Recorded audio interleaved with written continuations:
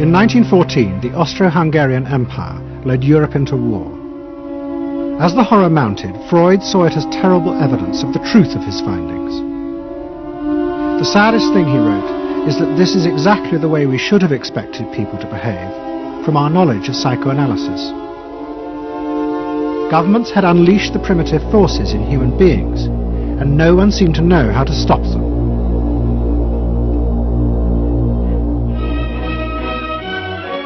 At that time, Freud's young nephew, Edward Bernays, was working as a press agent in America. His main client was the world-famous opera singer Caruso, who was touring the United States.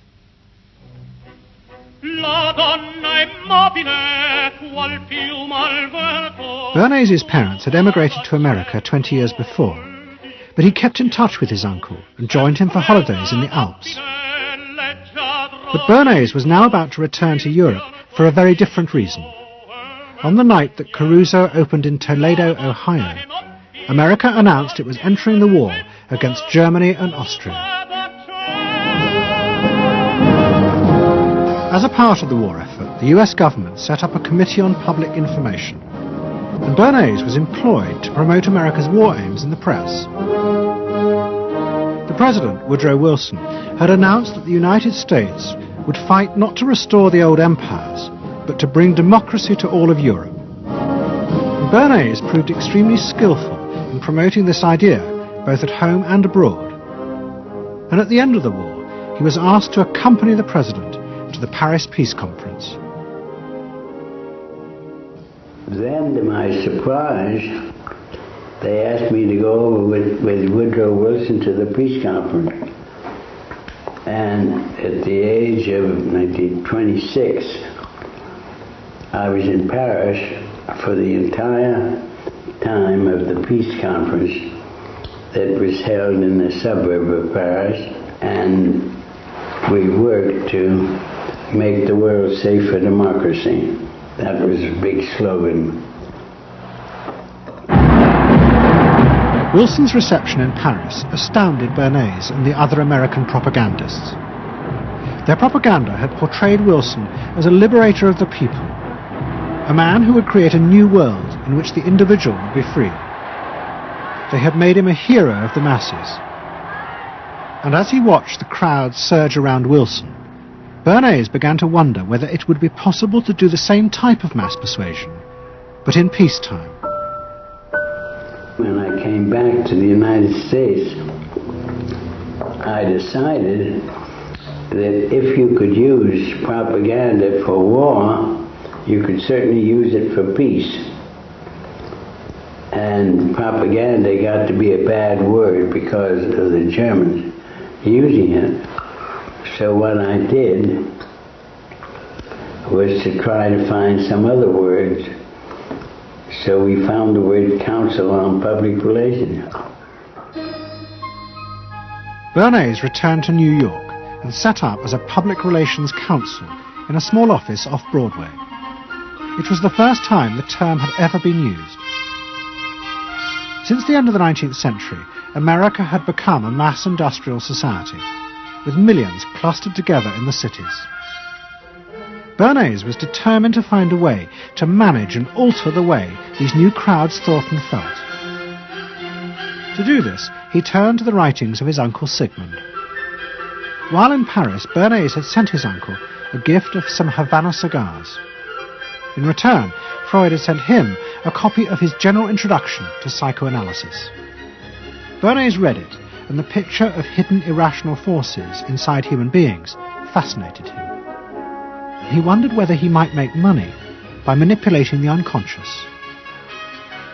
What Eddie got from Freud was indeed this idea that there is a lot more going on in human decision-making, not only among individuals, but even more importantly among groups, than this idea that information drives behavior. And so Eddie began to formulate this idea that you had to look at things that would play to people's irrational emotions.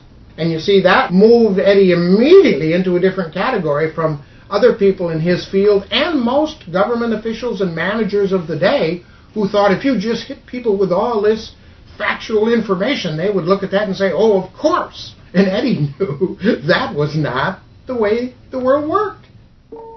Bernays set out to experiment with the minds of the popular classes. His most dramatic experiment was to persuade women to smoke.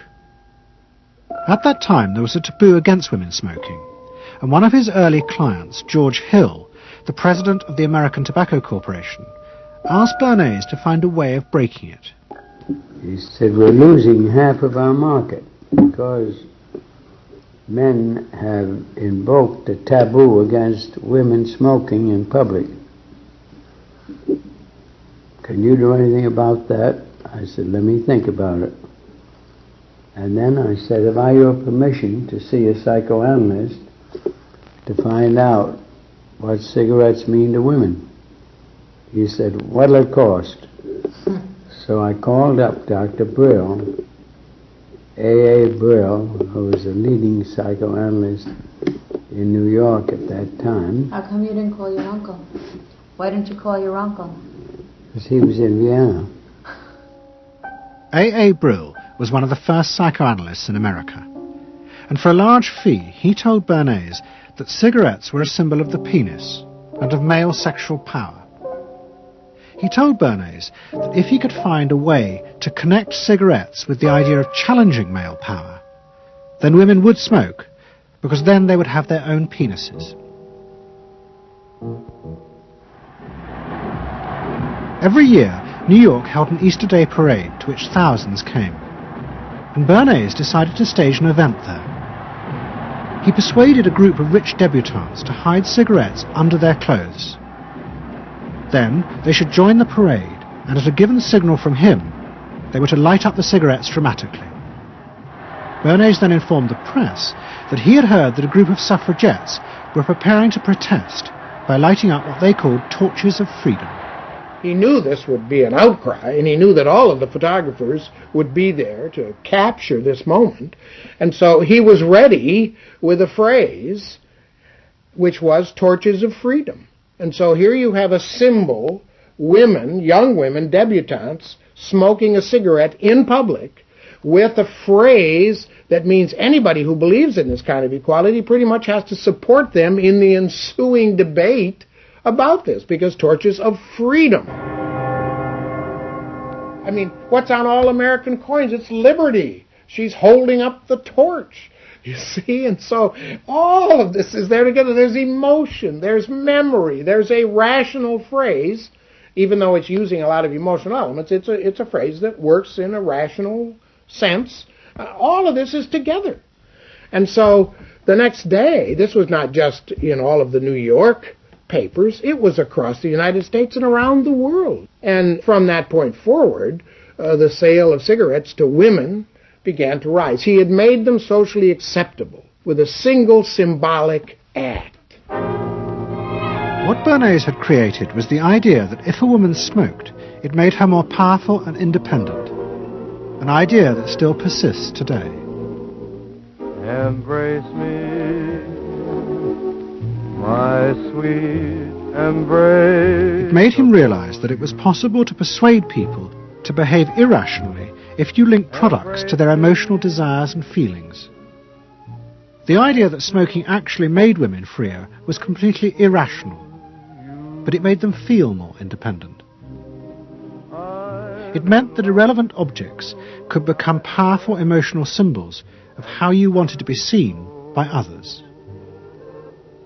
Eddie Bernays saw the way to sell product was not to sell it to your intellect, that you ought to buy an automobile, but that you will feel better about it if you have this automobile. I think he originated that idea, that they weren't just purchasing something, but they were engaging themselves emotionally or personally in the product or service.